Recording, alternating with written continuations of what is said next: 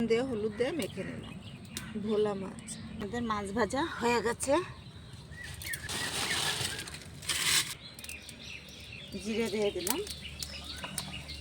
এবার দিয়ে দিলাম একটা আলু কেটে লাল লাল করে ভেজে নিয়েছি। এবার দিয়ে দেবো পেঁয়াজ। পেঁয়াজগুলো ভালো করে ভেজে নেব। আদা, রসুন, জিরে আর কাঁচা লঙ্কা, আদা মতো লবণ, হলুদ। আমাদের কষানো হয়ে গেছে। এবার আমি জল দেব। মাছগুলো দিয়ে দেব।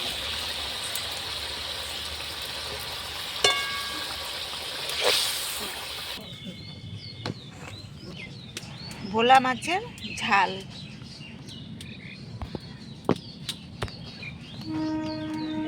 ভালো লাগলে বাড়িতে রান্না করে খেয়ে দেখতে পারেন। ভালো লাগলে লাইক, কমেন্ট, শেয়ার করবেন। ভালো লাগলে পাশে থাকবেন।